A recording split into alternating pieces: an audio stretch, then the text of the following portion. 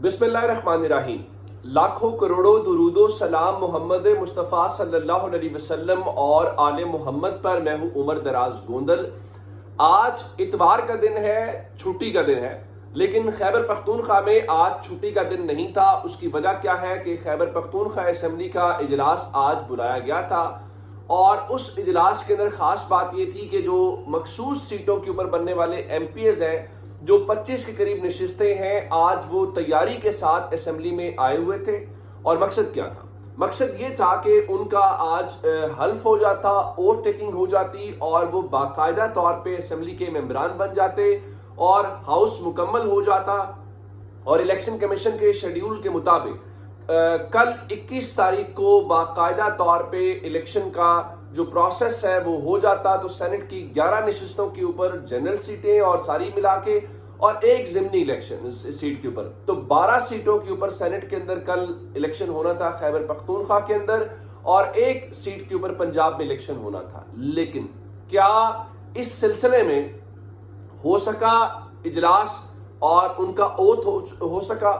मैंने आपको कल बताया था कि खबरें आ रही हैं कि शायद कल कोरम पूरा ना हो और इन अरकान की ओथ टेकिंग के बगैर ही कल का मामला आगे चला जाए। तो जनाब आज इस तरीके से जो स्पीकर साहब हैं वो आए तो उनसे सहाफियों ने ये सवाल पूछे कि क्या आज जो मुंतखब अरकान हैं उनकी ओथ टेकिंग आप करेंगे या इस सिलसिले में होगा? तो उन्होंने कहा जी इजलास भी होगा और 9 मुंतखब मेंबरान की हल्फ की कार्रवाई भी हो जाएगी, बाकी अंदर जाकर पता चलेगा कि क्या होता है। अच्छा, उसके बाद क्या हुआ? उसके बाद ये हुआ कि इजलास शुरू हुआ और इजलास शुरू होते हुए जो मखसूस नशिस्तों पर आने वाले लोग हैं वो तैयारी के साथ, उन्होंने तो आज अपनी फैमिलीज को बताया होगा, कपड़े शपड़े भी नए सिलवाए होंगे, तो वो हॉल के अंदर पहुंच गए। जब हॉल के अंदर पहुंचे तो चूंकि मखसूस नशिस्तों पर आज जो हल्फ है वो ऑलरेडी एजेंडे का हिस्सा था, तो मामूल के मुताबिक जो है वो उसी तरीके से आज कार्रवाई आगे बढ़ी और सबसे पहले जो तिलावते कुरान पाक है वो हुई। और इस दौरान जैसे ही ये मामला आगे चलना शुरू हुआ तो पाकिस्तान तहरीक इंसाफ के जो MPA हैं शेर अली आफरीदी, उन्होंने कोरम की निशानदही की और कोरम की जैसे ही निशानदही की तो उसके साथ जो है अपोजिशन ने ये कहा कि तिलावत कुरान पाक और हल्फ बर्दारी के दौरान कोरम की निशानदही नहीं हो सकती। तो स्पीकर ने ये कहा कि आप मुझे कोई ऐसा कानून बता दें कि ऐसा नहीं हो सकता। जिसके बाद जो कोरम की निशानदही है उस पर स्पीकर खैबर पख्तूनख्वा असेंबली बाबर सवाती साहब ने ये कहा कि आप गिनती कर लें। जब गिनती की गई तो ऐवान में सिर्फ 25 मेंबरान थे और इस दौरान कोरम पूरा नहीं हुआ। और जो स्पीकर हैं उन्होंने थोड़ी देर के बाद ये कहा कि आप घंटियां बजाएं। ये एक अमल होता है असेंबली की कार्रवाई के दौरान कि अगर कोई रुकन बाहर मौजूद है तो वो घंटी की आवाज सुने और वो अंदर आ जाए, जिससे पता चलता है कि इजलास की कार्रवाई आज होनी है। लेकिन जब ये मामला हुआ तो फिर क्या, जब उसमें कोरम ही पूरा नहीं हुआ। अच्छा, उसमें खास बात यह है कि ये कोरम के हवाले से चले ऑपोजिशन के मेंबरान तो वहां मौजूद थे, पाकिस्तान तहरीक इंसाफ के MPs वहां पे आज क्यों मौजूद नहीं थे? ये सवाल अपनी जगह पे मौजूद है। उसके बाद जो स्पीकर हैं उन्होंने ऑपोजिशन लीडर से ये पूछा कि क्या मैं असेंबली इजलास को मुलतवी कर दूं या फिर वक्फा ले लूं? तो जो ऑपोजिशन लीडर हैं उन्होंने जवाब दिया कि आप असेंबली इजलास को मुलतवी कर दें।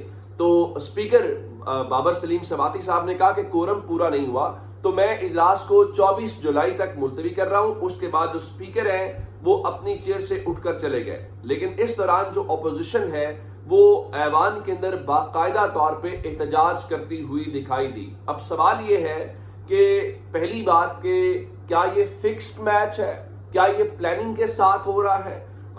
चूंकि कल ये खबरें आ गई थी कोरम वाली और इवन इरफान सलीम जो है उन्होंने एक इंटरव्यू के अंदर भी कहा कि ये कल हल्फ नहीं हो सकेगा। ये किस तरीके से उनको पता था? पहली बात। अब क्या हल्फ का क्या मामला, इसके ऊपर 2 बातें सामने आई हैं। जो ऑपोजिशन लीडर हैं खैबर पख्तूनख्वा असेंबली के डॉक्टर इबाद, जो अमीर मकाम के भाई हैं, उन्होंने कहा कि इसमें कोई मसला ही नहीं है, आज शाम को या फिर कल सुबह हल्फ बर्दारी हो जाएगी।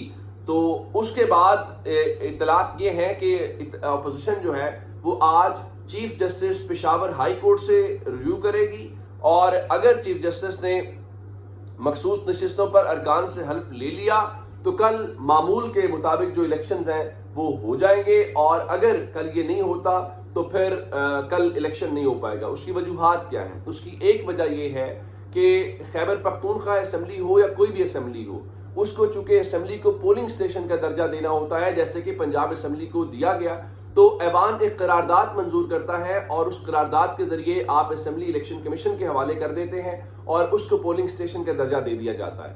تو آج ایک تو خیبر پختونخوا اسمبلی میں اوتھ نہیں ہوا، نمبر 2 ایسی کوئی قرارداد منظور نہیں ہوئی، تو اب یہ بھی سوال ہے کہ علی امین گنڈا پور کے ہوتے ہوئے تحریک انصاف اگر اس پورے پروسیس میں شامل تھی تو تحریک انصاف کے ایم پی شامل کیوں نہیں ہوئے، اور اب کل کیا الیکشن ہو پاتا ہے کہ الیکشن نہیں ہو پاتا؟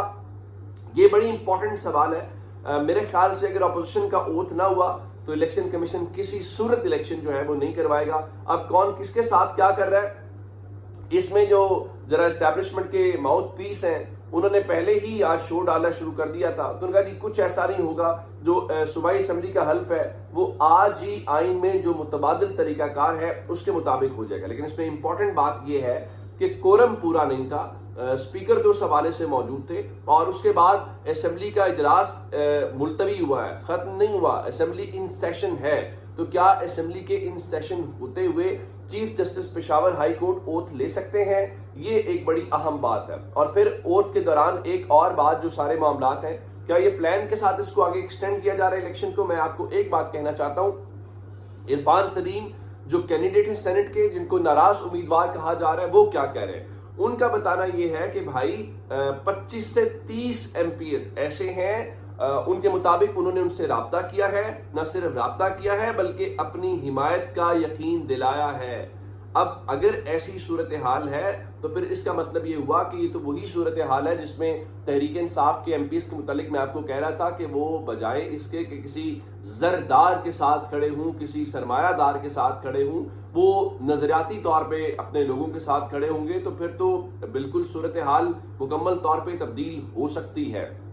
لیکن تحریک انصاف کے عرفان سلیم کہہ رہے تھے کہ ان کی قیادت ان کو یہ بتا رہی ہے کہ 20 یا 23 تحریک انصاف کے ایسے لوگ ہیں یا آزاد جن کو اب کہا جائے گا، ان کے مطابق انہوں نے کہیں اپنا کام کر لیا ہے یا چیزیں کر لی ہیں۔ آپ کو پتا ہے کہ سینٹ میں کروڑوں روپے چلتے ہیں، ایون فواد چودھری کہہ رہے تھے کہ بھائی میرے پاس 50 کروڑ نہیں ہے، اگر میرے پاس 50 کروڑ ہوتے تو میں بھی سینٹ کا امیدوار ہو جاتا۔ تو اب 50 کروڑ روپیہ ایک بہت بڑی رقم ہے۔ اگر کہا جا رہا ہے کہ ایک ایم پی کی قیمت جو ہے وہ 22 کروڑ تک بھی لگی ہے، تو اب یہ اربوں پہ گیم چلی گئی ہے سینٹ کے الیکشن کے اندر، اور کوئی غریب آدمی اس میں سینٹ الیکشن میں نہیں لڑ رہا اگر وہ تحریک انصاف کا یا کسی پارٹی کا جینوئن ورکر نہ ہو۔ باقی جس طرح سے نام لیے جا سکتے ہیں کہ دلاور صاحب ہیں، اس کے بعد آفریدی صاحب ہیں، طلحہ صاحب ہیں، یہ غریب لوگ نہیں ہیں، یہ بڑی بڑی مالدار پارٹیاں ہیں جو سینٹ الیکشن کے اندر ہیں، اور ان کے لیے کروڑوں روپے کچھ نہیں۔ میں یہ نہیں کہہ رہا کہ انہوں نے کروڑوں روپے لگائے، لیکن میں یہ کہہ رہا ہوں کہ ان کے لیے کروڑوں والی کوئی گیم نہیں ہے، یہ اربوں والی پارٹیاں ہیں جو ہر بار کسی نہ کسی پارٹی سے الیکشن کی طرف آ جاتی ہیں اور پھر سینٹ میں بھی پہنچ جاتی ہیں۔ تو یہ تازہ ترین صورتحال ہے۔ اپنا بہت سارا خیال رکھیے گا۔ خدا حافظ۔